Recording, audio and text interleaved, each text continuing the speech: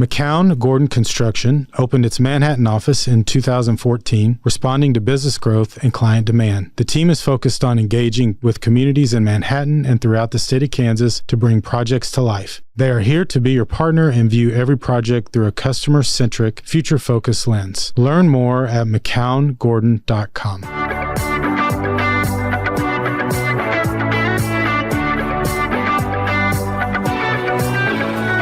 Hello and welcome to the ThinkMHK Podcast presented by the Manhattan Area Chamber of Commerce. On this podcast, you will hear about a variety of local matters pertaining to the business community. You also hear from local business owners to hear their story and gain valuable business insights. Thanks for tuning in today. We have a special guest with us for our first episode of Season 2. It is my predecessor at the Chamber, Mr. Lyle Bulter. Hey, Lyle, how are you today? Hey, good to be here. So I'm a little intimidated. I'm not going to lie. I know you and I both are former media people. That's right. I was a journalist, so I wrote. I mean, I was in the newspaper business. You were a broadcaster, electronic, right? Yeah. So yeah, I'm not quite the broadcaster you are. So I think people are going to recognize right away that maybe you're a little more attuned to this than I am, but I do appreciate you coming on. So just try not to embarrass me too much. We'll work on it. All right. But I just wanted to take the opportunity to have you on and talk about your career. I'm a huge fan of yours. I've said many times, I think Lyle Bulter is one of the greatest chamber people I've ever become acquainted with. And I didn't know you when you were the chamber president, but I certainly have become acquainted with some of your accomplishments here in Manhattan and feel honored to have followed you. But I thought it might be an opportunity to get to know you a little better, and for the people who maybe are new to the chamber or didn't get a chance to know you when you were part of the organization. So thanks for being on today, and I appreciate it. I appreciate being asked. So let's go. What are we going to talk about today? Well, for those that don't know the story, talk about how you ended up in Manhattan at the Chamber. You know, sometimes people talk about, is something meant to happen? Is it predestined? And it really started with Randy Martin, who is actually also a former past president of the Manhattan Chamber. And while Randy was president of the chamber here in Manhattan, I was president of the Dodge City Chamber. And Randy and I go to the chamber state conferences, and about a couple of years before Randy left the chamber business here in Manhattan, he told me, he said, Lyle, I want to give you a heads up. I'm thinking of opening my own business in Manhattan and getting out of the chamber work. And he'd been chamber work up in the Kansas City area and other places. And so I said, wow, that'd be great. Manhattan would be a great place to go. And every time I saw Randy he said, well, I'm getting closer. I decided, since I had switched careers out of the radio broadcast industry into chamber work, that I needed to kind of move on. So I accepted a position at the Greeley, Colorado Chamber of Commerce as president and CEO. I'd been there 9 months, and Randy Martin calls me and he says, Lyle, I just turned in my resignation. I'm opening or bought a business. And I said, Randy, I've only been here 9 months. It's unfair to the people of Greeley that after 9 months that I come to, or even apply, whether I'd get it or not, to Manhattan. So then the Manhattan Chamber hired Dan Colantone. And Dan came here. He was here about 3 years. And at the end of three years, he got a job and returned to the state of Ohio. And Larry Haka, who at the time was president of Landmark Bank here in town and had just come on the chamber board of directors. And so he called me, because he and I go way back, because he used to be in Dodge City. And in fact, I worked for Larry for a while, short term in the banking industry. And Larry was president of a bank in Dodge City. So he says, Lyle, you need to apply. I said, I'm not on the search committee. But he said, this would be great. And I kind of said, he said, think about it. So I said, okay. 2 weeks later, he called me back and he said, did you think about it? And I said, Larry, to be really honest, I haven't. I'm pretty happy in Greeley. I like what we're doing and all the great things happening in the marketplace. So to cut the story short, ultimately, I did apply after Larry insisting that I do that. And then the rest is history. Went through a process and accepted the position and started July 1st of 2020. No, 2000. Have to think about that for a while, and so it was a great ride, and Manhattan's been a great, wonderful community, as you've already learned. Great people here, great leaders, and I've enjoyed it. But at my press conference, when they introduced me as the chamber, guess who was sitting in the front seat? Randy Martin. And he said, Lyle, I knew someday you were going to be here. So there's kind of a long story when you think about it. And I'm certainly glad that I did come here. Kind of a side note, because it has an effect here. Before I left Greeley, a gentleman by the name of Bob Toynton, who's a K-State graduate, and along with his wife, both K-State graduates, and people in Manhattan and that may hear this know that the baseball stadium is named after him. And Bob Toynton and I were working on downtown redevelopment in Greeley, Colorado.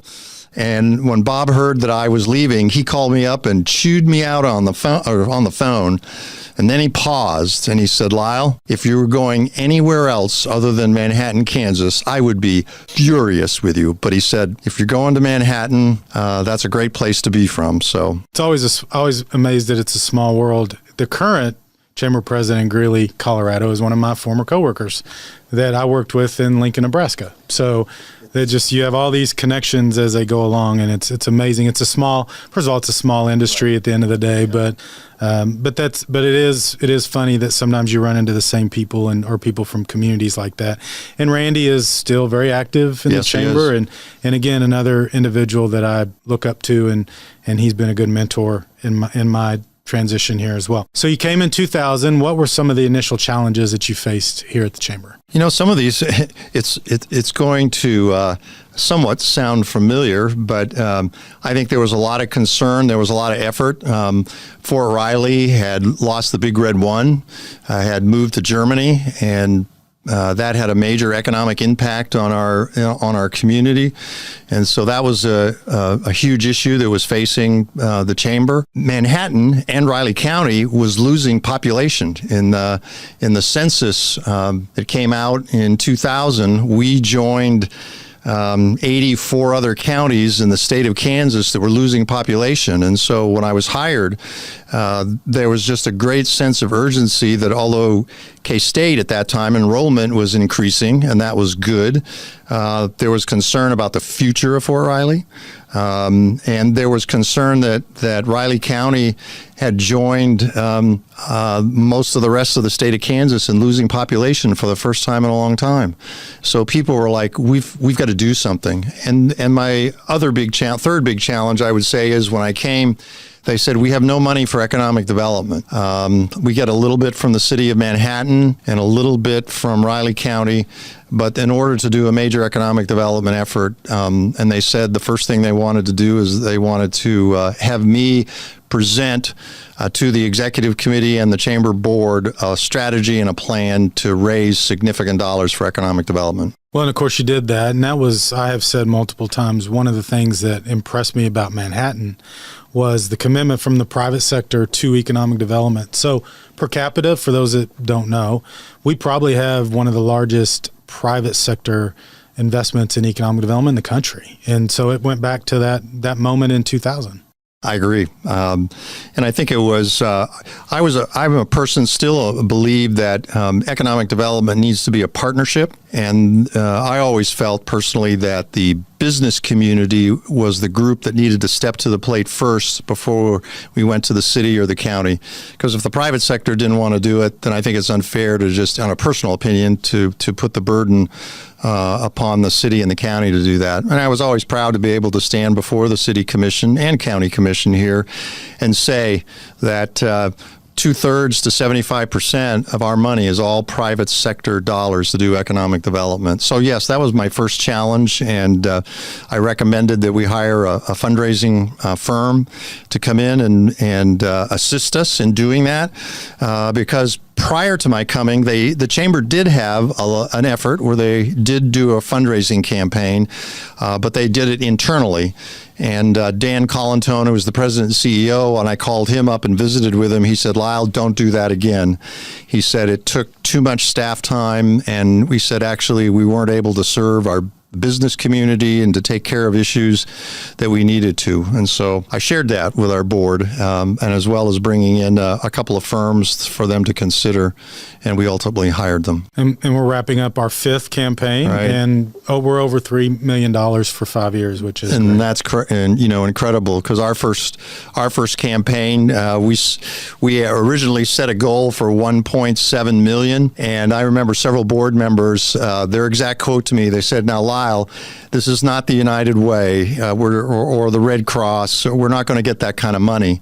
And I said, "No, I think that money's here, and the firm believes that." And so we ended up raising 2.1 million that first year. Well, and they're right. It's not the United Way or the Red Cross, and those entities are very important. But there's a difference in what I would see as philanthropy, which is what the United Way and the Red Cross is, right, and investing in community growth and jobs, and which is what you correctly identified as what these funds needed to go towards. So congratulations on that. So that leads to my next question. You've obviously hit on a couple, but what are some of your top accomplishments you feel like at your time at the Manhattan Chamber?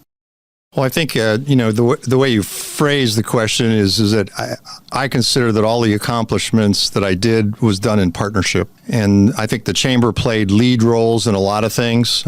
We've talked about some raising funds for economic development. We did land some companies here. Florence Manufacturing was probably one of our bigger, or then it was called Auth Florence, and now it's just Florence Manufacturing. So that was nice. A lot of the, I think the ones that come to mind real quick are NBAF. Again, that was not something that the Chamber led, but we were a huge partner in that and spent a lot of time and money traveling to Washington, D.C., lobbying, working on that, helping the local community understand the importance of NBAF. And now here it is about to fully open. And so that's obviously exciting. We worked on air service. The Chamber played a crucial role along with K-State and the city, and went to Dallas numerous times to lobby American Airlines. And we're very, very fortunate to be able to still today, even after the COVID shut us pretty well down for a while, to be back running 5 and 6 flights a day. And I've had, before I retired, I had a couple of business people say, if we lose that, we would have to move. Because we've now rely on that commercial air service, and certainly K-State does, and it's just a big asset. The other big project was K-18. K-18 was a 2-lane, part of it was 4 lanes, but most of it was 2-lane. And the Chamber and the Transportation Committee at the time, again, went to Washington, D.C., worked with our federal, state legislators, and ultimately we were in the right place at the right time when we had the big recession and money was made available. We had a shovel-ready project, and we got K-18 done. Internally to the Chamber, we started a military relations program. We didn't have a very strong one, but we made the financial effort through our fundraising to be able to create a position where there's somebody working full-time on all the military, not just Fort Riley, but our guards and units and everybody. And I think that has paid us big dividends over the years. Another huge project was the downtown redevelopment. Anytime you do a redevelopment project, you probably know this, Jason, and you touch that, it's always very controversial. And Dave was here through that and others, and we started out, the Chamber took the lead role in it because there were some major retailers that wanted to come to the marketplace, and for a variety of reasons, we had trouble finding a right location for them, and the community was kind of in an uproar as to, well, somebody wants to go downtown and tear a bunch of buildings down. And a Chamber member, Brent Bowman, and I decided we would take 40, and he contributed his time for it. We did 41 focus groups in this community. And we went to senior citizen groups and to property owners downtown, managers downtown, the student body at K-State. And we simply walked in, and the focus group was very simple. They said, so there's no developer here, which there wasn't. Money's not an issue on the table. What do you want your downtown to look like? And we did that through 41 groups over a year. And it's always amazing to me that when you bring a diverse group of people together, the common themes that came out. And in the the end, there were 7 common themes that people said that they wanted in their downtown if it was to be redeveloped. We took that to the city commission and said, this is what people say they want. And then because we were the lead economic development, the city turned to us and said, find a developer that's willing to do those 7 things. And so we interviewed a lot of developers from Kansas City and around, and then settled on a developer. And then that led to lots of meetings and planning. And it was a 10-year project to get it done. And so, we could go on and on with many things as it relates to the chamber. I think within the chamber itself, I think we strengthened the Convention and Visitors Bureau. Their budget increased due to the transient guest tax, and that helped facilitate a lot more outreach by the community. And I think the biggest thing is we just continued the great partnership that was already here, but I think we improved it, and it continues to evolve today. The partnership being with the city, the county, the school district, Manhattan Area Technical College, Fort Riley, K-State, the state of Kansas. Those are things that's the way you get things done. So let's talk about the partnership for a minute. When you and I were visiting during the interview process, I remember specifically saying, because I had been in university cities, and I remember specifically asking you, they say the city and the chamber and the university are working together, which I've never seen actually happen in any other communities. Is that the truth, or am I getting fed a line? And you said, no, it's the truth. It's the truth. What do you think that is? Why do you think that happens here and it doesn't happen? It doesn't happen in Lawrence, at least what I'm told. It doesn't happen in Lincoln. I can tell you I live there. Some, but not to the extent here. It certainly doesn't happen in Norman, where I was before, Stillwater. Why Manhattan? Why does it work here? I think, and I can't take credit for it because it was established before I came here. I think we just worked on enhancing it, and I think where my opinion is that the people that I worked with, the city manager, the president of the university, presidents of the colleges, the school superintendent, they put their egos aside and said, I can see the bigger picture and the betterment that if we work together, and that continued. And so at times, sure, that we have disagreements, but we pick up the phone and we'd call and we'd say, okay, and we'd keep each other informed, and we brought each other, as you know, with the chamber, you in the past, you've had ex officios, and so they get to know what the business community is doing, and then everything from superintendent searches to hiring a new president at Kansas State University. The chamber was always asked to be part of that, to give input, to be available. And so I think part of it was the willingness to say, okay, we're going to put our egos aside, and we're going to sit down at a table, and we're going to work together. And I tell people, because I've had people from outside Manhattan, the same thing. When I go to conferences and you talk about, well, our community does this, I had numerous people, how do you do it? And in fact, in my tenure here, we had several, I can remember Fresno, California came here, and their mayor came, and their university people and a consultant came, and they wanted to know the exact same thing. And they met with me, and they met with, then it would have been Dr. Weefall, and they met with the mayor, and they just, how do you do it? And we talked about that. We are set up so that we're each meeting with each other all the time. I don't think a lot of people realize that there's just constant communication that's going on. So one group isn't surprising another group, and we found that the strength of allowing all the entities to be part of it, we can get more things done and get it done quicker. But it's intentional, right? I mean, it's not something that happens by chance. It is, no. And it's got to continue to work. And at least as an outsider now, 3 years retired, it seems to still be working. So there's been a lot of changeover. I mean, there's been obviously a changeover at the chamber, a changeover at the university. Now, some new county commissioners, new city commissioners. So it still seems to me that there's a great deal of respect. The one thing that I think that the last thing I'll say on it is that I think there's a trust element.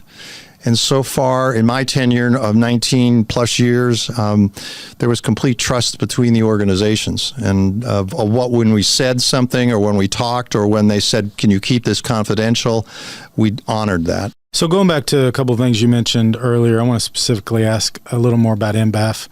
There were a lot of groups worked on that, including the chamber. But talk about how does a community, because I was in Lincoln at the time, and we were pretty amazed that Manhattan landed NBAF because we'd seen the project and knew the capacity of what that project was and what they needed. Go through the process about how Manhattan won a project that substantial, certainly competing with places like San Antonio and other major cities. I think I can just what we've been talking about in the last few minutes is that after we got and we were selected, even when it was narrowed down, but ultimately when we were selected, I can't tell you. I remember one trip going to Washington, D.C., and we were lobbying for the project. I mean, Senator Pat Roberts was the lead, and at that time it was Governor Kathleen Sebelius was kind of the co-chair of the NBAF committee. And so when you go to these major events where you're talking about the assets of Kansas and you're talking about the assets of Kansas State University and the assets of our community, I think people just said, you all really do get along there, don't you? And it's kind of what you asked a few minutes ago is what the same question that you asked me. People said, gosh, everybody can finish everybody's sentences. So it's not like it's just this one event that you're coming to Washington, D.C.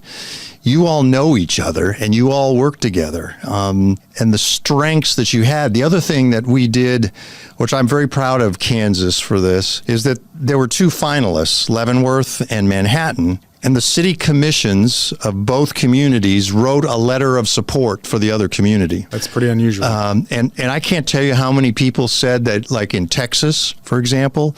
That would not happen in Texas. The communities were fighting each other. Yes. And so our delegation, before Leavenworth was eliminated, they could not believe how we were cooperating and coming. And so I remember some of the people who were making the decisions in the early stages, I mean, they looked at us and they said, so you really would support Leavenworth? And we said, absolutely. And they looked at the Leavenworth people and said, so you'd support Manhattan? And they said, absolutely. And I think that's the strength of people working together. And I couldn't be more proud of Kansas as a state when we did that, because I think that sent a very, very, very powerful message. Now, we had all the assets that we had to do. And I remember when it got down to the final deal where they were going to eliminate folks and get it down to the final 5, is that when they came to Manhattan, I think some of the people were had predestined or predetermined in their mind that Manhattan just wasn't much of a community. And I remember that our whole session started and they were spent the exact same time in the 5 final communities. So Manhattan got no more than anybody else. But when they came down to Manhattan, you could just tell. They said, "Well, we've kind of heard Leavenworth's story, and it's probably the same here." And you just could tell. And then they toured the BRI facility, and I had the good fortune of touring that facility a couple of times. I'm not an engineer. I'm not a scientist. It looked very impressive when you get inside. These people who went on the tour, when they came back from the tour, you could tell that they were so engaged, and they sat back down, and there was a whole group of us, the president of the university and representatives from the city and the chamber, and they looked at us in the audience and they said, "This is the finest bioresearch facility in the world today that you have in Manhattan, Kansas." They were so impressed. They had no idea. Well, then that triggered, and so then they said to us, which this was unplanned, they said, well, we need to learn more about Manhattan, and where would our scientists live? And I think that there was a perception, which there is when you go into small town America, that we must live in mobile homes and low houses. And so Ron Fear, the city manager, was there, and he said, well, if you have time, we can give you a quick tour and show you some of the places. So they looked at each other and said, you can get us a tour right now? And Ron says, yeah, I'll get you a tour right now. He says, give me 15 minutes and I'll have a bus here. And he and I gave them just a tour of a few neighborhoods, and they were wow, this is pretty impressive. You all have a pretty good, it was like this shock to these people who live in Washington, D.C. and other places who just didn't realize the quality of life that we have here in the community. So, we have lots of assets. that helped us win. But again, I think it was the people and the willingness and how well we worked together. I know we've talked about before, you and I have, when I was considering Manhattan, and I've used the term Manhattan is much greater than Google says it is. You have to visit and experience it, I think, to understand it. We've created a new brand called Made for Manhattan, where we're trying to get that out a little more because, again, as somebody who moved here and experienced that process, I want to figure out how to communicate that better with people considering Manhattan too. So you're exactly right. You are listening to the ThinkMHK Podcast. Our guest today is Lyle Bulter, former president and CEO of the Manhattan Area Chamber of Commerce. I know this is a hard question, but I have to ask it because that's the journalist in me. Is there anything that you look back on and think you might have done differently or wish you had done differently? You know, that's a good question. There were when you look at 19 years, there were so many things that that happened that I'm very proud of. I think that the one thing that I regret that I didn't get accomplished or do it sooner is that there was, and you and I have talked about this a little bit too, is that prior to my leaving, I felt like that we needed a new vision for where we wanted to go as a community. And I tried to get our leadership in the community to understand we needed to do that, and I didn't get that done. We started it with Region Reimagine, but the one thing I learned is that there was too many transitions going on. I was going out the door, someone new was going to come in, which we didn't know who at the time, and I just think we missed the mark on waiting too long. And so I know now that people are pulling together.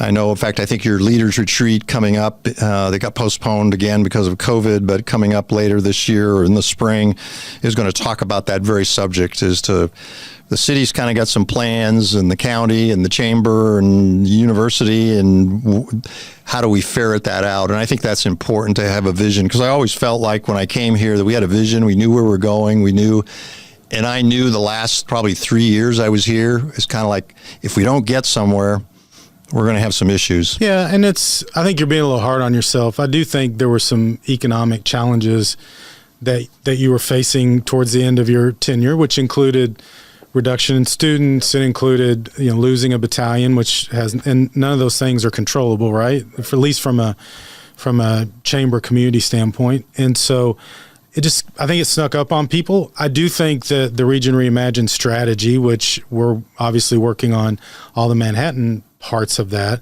have really been a positive in terms of our rebuilding our economic development infrastructure. And so you had a lot of vision to get that done. And then the regional parts of that are actually now have transitioned to the Flint Hills Regional Council, and they're very focused on what they can do to promote and enhance the regional collaboration on economic development. So I'd applaud you for that. I do, obviously there's things we all wish we could have done more before we leave a community, but you certainly left us in a great position, and I appreciate that. Did you know early in your tenure that you were going to end up spending 2 decades at the Manhattan Chamber and that you would retire in Manhattan? No. When did that happen? When I came here, actually, the search committee asked one of the questions they asked is, they said, Lyle, how long will you stay here? And I said, sure, I'd commit 5 years, but I said that depends upon whether you feel I'm effective, and then whether I feel I'm effective. I said, I'm smart enough to understand that if I've kind of taken what talents I have and used them, and somebody else needs to come in, then I will move on. But I would have to say that probably about maybe 4 or 5 years into it, I was just excited because there were so many things, good things that I saw going on that we were working on. And that just kind of excited me. I did have a couple of opportunities where I had some headhunters call and stuff, said, Lyle, we've heard your reputation. We really would like you to apply here, here, here. Well, one of those would have made you my boss, right? Yeah. At that particular time, they called you from where I was working. Yep, they did. In Lincoln. Yeah, they called me. They kind of laid out, here's what we want. And we had several people tell us that you're the guy we need to have in Lincoln. And you miss getting to work with me all those years. Well, but I'm sure Manhattan appreciates that. It'd have been hard to go from purple to red, but I guess we could have done that. But I'm one of these, and that I was right in at the time that occurred. We were really into the downtown redevelopment, and I just really felt like that if there was a real change in leadership and commitment that it might get derailed. And there's just something in my makeup that felt like I wanted to make a commitment. I wanted to get that done. And that's just my DNA that I really feel. It's the same thing when Randy Martin told me that I was in Greeley, Colorado for 9 months, and Lyle, why don't you apply to Manhattan? It just in me, I couldn't do that.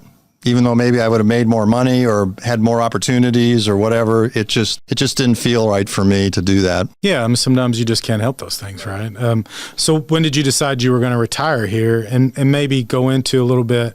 When did you decide? Because I've heard from some other staff people that you were pretty adamant early on that you were going to be retired by this point. But so was that true? And number two, when did you decide Manhattan was the place you were going to? I think that I felt as long as I had good health, and I've been very fortunate to have good health. I'm just the kind of person that as I tell people, they say, "Oh, you're going to go golfing," and I said, I don't golf. Well, what about fishing? I don't fish. Well, what do you like to do? I said, I like doing what I'm doing as president of the chamber. That's my hobby. That's what I love. That's my passion. I love making changes. I love having the opportunity to improve the quality of life for the entire community. And so I said, as long as I have the energy, as long as I have good health, and my wife has good health, I said I'd like to keep doing it. But I did tell early on, probably three and a half years before I retired, I shared at least with the chair of our board and the incoming chair, I said, I have made a decision, just so you know, that I am going to retire before I turn 70. I'm not going to be, I don't want people to say, well, gosh, when is that old guy going to leave? He needs to move on. And so I made that. And then about a year and a half before announcement, I shared with our whole executive committee. My wife and I talked about, I would say that 15 years ago, my wife and I, when we retired, we were going to move to Colorado. We have some family out there. Twice I've lived out there and really enjoyed it. So we made a decision. And now, actually, probably 8 years ago now, we actually downsized the size of home we had here and went to a smaller home and said, we're going to retire in Manhattan. Some of it has to do with, for our family, it is a central location. We have family in Colorado, we have family in Texas, we have family in Missouri and Chicago. And I tell you, the air service has made a difference in one of our decisions, because we do use that air service to go visit family. And Manhattan's just a great place to live. There's so many opportunities. I think one of the hardest things is for people who maybe have lived here most of their life to see the quality that they really have. And then you and I know, because we've lived in other communities, what's good and what's bad. The other night, for example, my wife and I went to the musical South Pacific, and I can tell you that we've had family members from Chicago come here, and they have looked at what McCain produces, and they go, Lyle, you're seeing the same things we're going to see in Chicago. And they said, well, number one is it takes us 2 hours to get to the venue in Chicago, 2 hours to get home afterwards. That's if traffic is good. And we pay twice the amount of money to see it. And plus you have sports. If you're a sports person, we go on about all the good things, but sometimes when it's the old forest for the trees, or sometimes the same people in Colorado, they get so used to seeing the mountains, it's not a big deal to them. So who are some of the people within the chamber, either volunteers or members or staff, that positively impacted your time here the most? Oh gosh, there's a lot of people. Dave Lewis. In all kidding aside, media. We talked about media and journalism. We're very fortunate in Manhattan to have local media, locally owned media. That's really helped us. And so I kind of say that a little bit because I'm a media person. I know the importance. We could have all nationally or regionally owned media, and the media plays a very, very crucial role. Not everybody agrees with their editorials or what they stand for, but that has been a positive input. I tell you a guy that isn't here with us anymore, Roger Schultz. He is a builder. His son still owns Schultz, Tim. Roger was a guy that really kind of saw the future, and he was the first one and was chair of the board of the chamber when we did our first campaign. And he personally went out and raised went door to door with business people and got almost half of the money raised single-handedly because he believed in the future and economic development. Now, he was a local builder, but he would see the benefits of something like that. You also had another person, it seems like they're all coming from the building industry, but Wayne Sloan, you just honored him as Citizen of the Year. I think if I look back, almost all my chairs of the board were very, very good. They influenced, they were good people.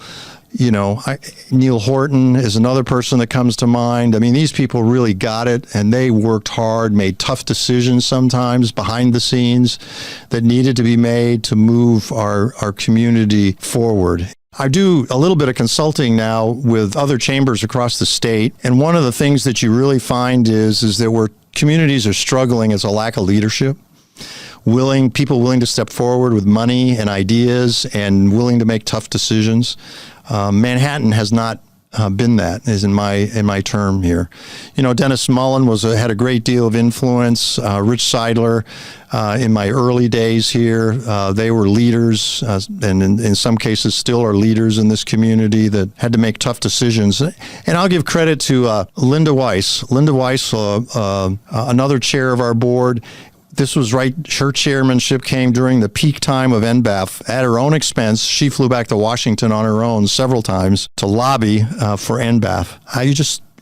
You just don't find people like that in every community that are willing to do that. That's where we're very fortunate to be able to do those kinds of things. I agree with that, and nearly every one of those people are still involved and are very influential.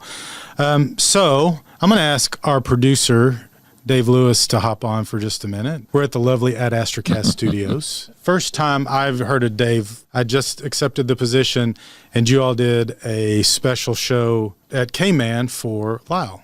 And do you remember that? Oh, I do very much. So similar to this interview, Lyle started off, said, well, I didn't really do anything, and I remember you saying, Lyle, be quiet and let us honor you. And I thought that was an interesting dynamic, and as I've gotten to know you, I can see where that came from. But I do think it's important to understand the impact that Lyle had on this community, and I know you feel a similar way. It's immeasurable. I've been here for 30 years where I've looked at a lot of people that have come through in various capacities, and the dynamic of Manhattan is just so different from what it was in 1991 when I first moved here. K-State was beginning to build. There's these two guys at K-State, John Weefald and Bill Snyder, that impacted everything greatly.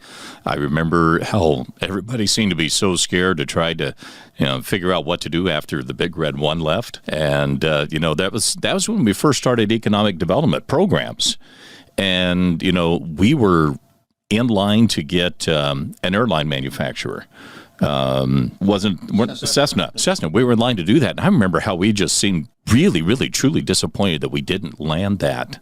It would have been nice, but it did set, I think, a precursor for the community that, hey, we can do a lot of things here. We've got some resources that are available. Let's just keep pushing and see what we can find. And then, you had talked about auditoriums. We've had some companies that didn't last long, but we got buildings. They've been reoccupied by some other types of businesses, and the employment numbers have gone up. I used to say that this was a town that didn't really care too much about its young people. Now we got a bunch of young people that are staying and employed here. They're living here, like all of the great qualities that Lyle was talking about. The young people are enjoying those as well. And I'm talking even kids, that are still in school. And there's so much more here now. The vitality of downtown is increased incredibly. A lot of that goes to local restaurateurs and business owners. And, and a lot of that goes back to leadership through the chamber. At Kansas State University, we've had some help from people that have been in elected capacities as well. But I think one of the things that really stands out to me is how everybody seems to really want to work together around here. And that's obviously, Manhattan has definitely reaped the rewards of some truly capable people. We punch above our weight for that very reason. We're involved with some projects that by our community size we should not be involved with, but it's because when they visit or when they hear about what's going on, they're willing to consider Manhattan as an option for that very reason. So having said all that, it's probably not wisest for a new chamber president to come in and try to follow a legend, but clearly I decided to do that, maybe against better judgment. I'm thrilled that I did. But my last question is this, Lyle. What advice would you give to our current chamber president? The advice I would give is to keep the partnerships going at whatever you need to do. Keep that partnership. That's where we're ahead of the game. And I've had a lot of chamber directors that I've known, and Lawrence is a great community, so I don't want people to think we're here trashing Lawrence, because I'm not. It's got some great assets, but I will. And wonderful people at the chamber. And there's wonderful people at the chamber. Yes, there are wonderful people at the chamber. And they envy the fact that we're able to have that kind of relationship. And I know they're making some efforts and some headway. But they've always, in my almost 20 years here, they always said, Lyle, how do you do it? What is it that makes it happen? And, just as we shared earlier in this broadcast, we work at it. And you got to work at it day and night and go through the highs and lows and support people and efforts when that occurs. Well, Lyle, I couldn't think of anybody better to kick off season 2 with. When we first started talking about who that guest should be, I said, you think Lyle would do the show? And Dina said, well, I'll call him and convince him that he needs to. So thank you so much for being on with us today. And thank you for being available to me when I have questions or things that I want to kick off or kick around with somebody who's been in the trenches before. And thank you for staying in Manhattan and everything that you've done for us. Great community. Thank you for asking me. And I look forward to some exciting future years in Manhattan. Thanks for listening to this episode of ThinkMHK, a podcast produced by the Manhattan Area Chamber of Commerce. If you enjoyed the ThinkMHK podcast, we'd love for you to subscribe and share it out on your social media channels. Feel free to reach out to us on Facebook, Twitter, or Instagram at the Manhattan Area Chamber of Commerce.